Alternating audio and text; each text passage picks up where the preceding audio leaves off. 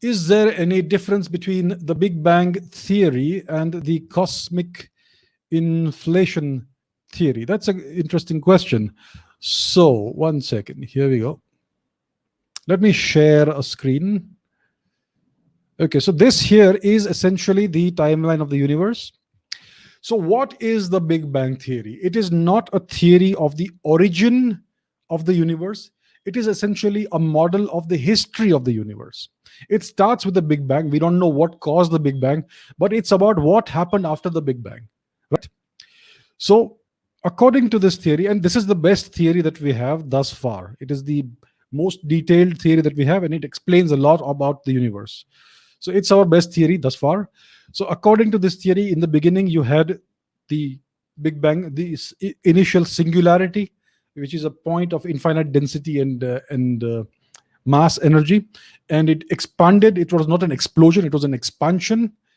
And about 10 raised to minus 34 or 35 or thereabouts seconds after the initial expansion, you had something called inflation. So this was superluminal inflation, and it lasted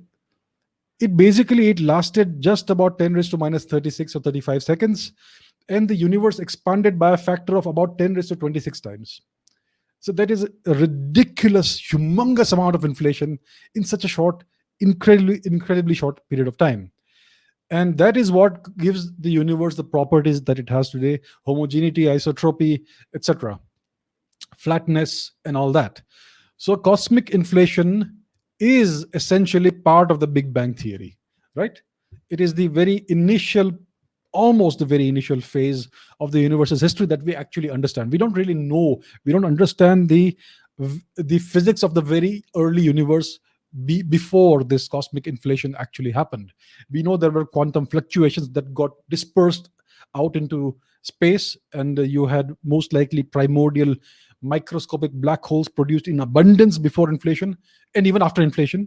And these most likely formed the seeds of galaxies, the seeds of the supermassive black holes that you have at the center of galaxies, and all that. So that is all part of the Big Bang theory, and cosmic inflation is also part of the Big Bang theory. It's part of Big Bang cosmology, right? And this inflation is supposed to be triggered off by a hypothetical field called the inflaton. And so that, in brief, is about inflation or cosmic inflation, which is very much part of the Big Bang model of cosmology, which is the best theory that we have thus far. So this is one, and this is another example, another way of looking at the history of the universe. In the beginning, at 0 seconds, you have the Big Bang, and before 10 raised to minus 32 seconds elapse, the universe has undergone this massive spurt of inflation, in which it enlarges, it becomes larger by 10 raised to 26 or 27 times, which is incredible. And before inflation, you had quantum fluctuations, which got dispersed all over. And then you have these different phases. You have nucleosynthesis, you have protons, nucleosynthesis, etc. And eventually, you end up with the universe that we have today. The first light is at around 380,000 years after the initial expansion of the universe, the Big Bang expansion, and so on. So this is the best theory, the best model of the history of the universe that we have as of today. And it all starts after the Big Bang with cosmic inflation. And this expansion of the universe is still going on, but at a much slower rate.